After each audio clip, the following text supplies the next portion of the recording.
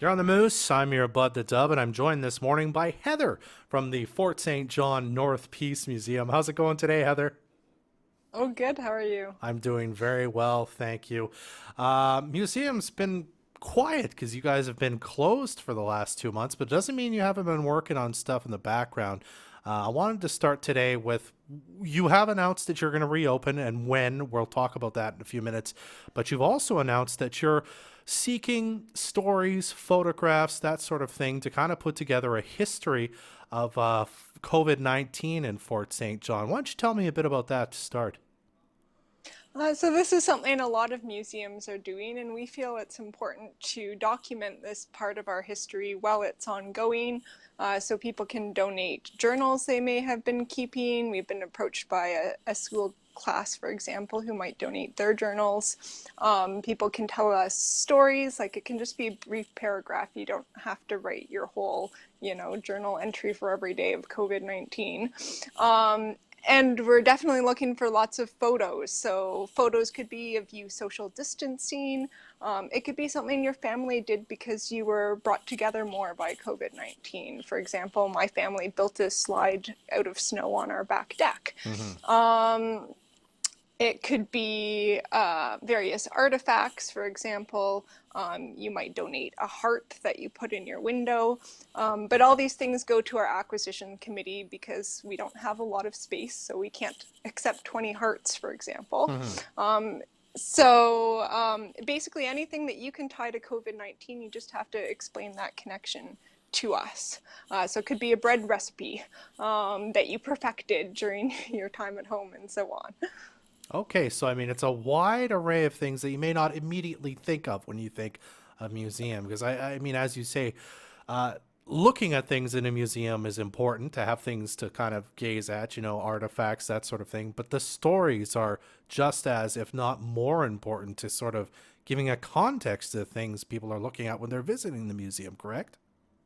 That is exactly it. The stories are really what makes artifacts, what makes the photographs, and what gives people who are touring the museum a personal experience. So people 50 years from now, depending how things go with possible future pandemics, may not really know the way, I didn't know much about the polio epidemic and Mm-hmm. so on.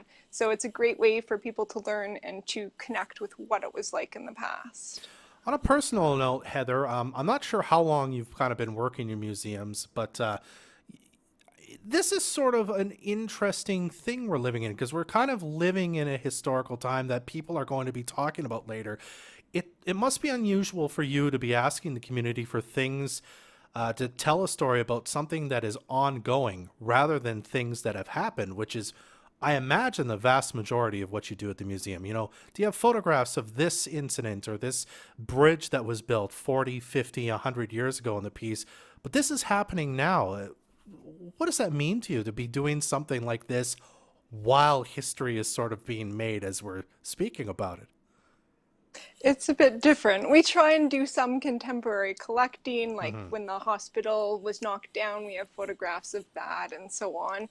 But um, when I started at this museum almost 10 years ago, a lot of our members of our acquisitions committee at that point was like, it happened during my lifetime. We can't possibly collect it. It's not old enough yet. Well, yeah, anything that happened yesterday is history. So Yeah. yeah, we can. And it's really important to collect these things now so people can think about it. Like it's fresh in your mind. You can write down your COVID story on one page.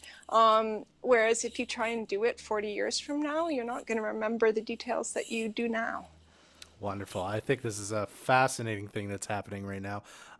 And we're all experiencing it, so everybody has a story to tell. If you feel like sharing that story, that journal, that heart you made, how can we do it? How can we get a hold of you to tell you about it?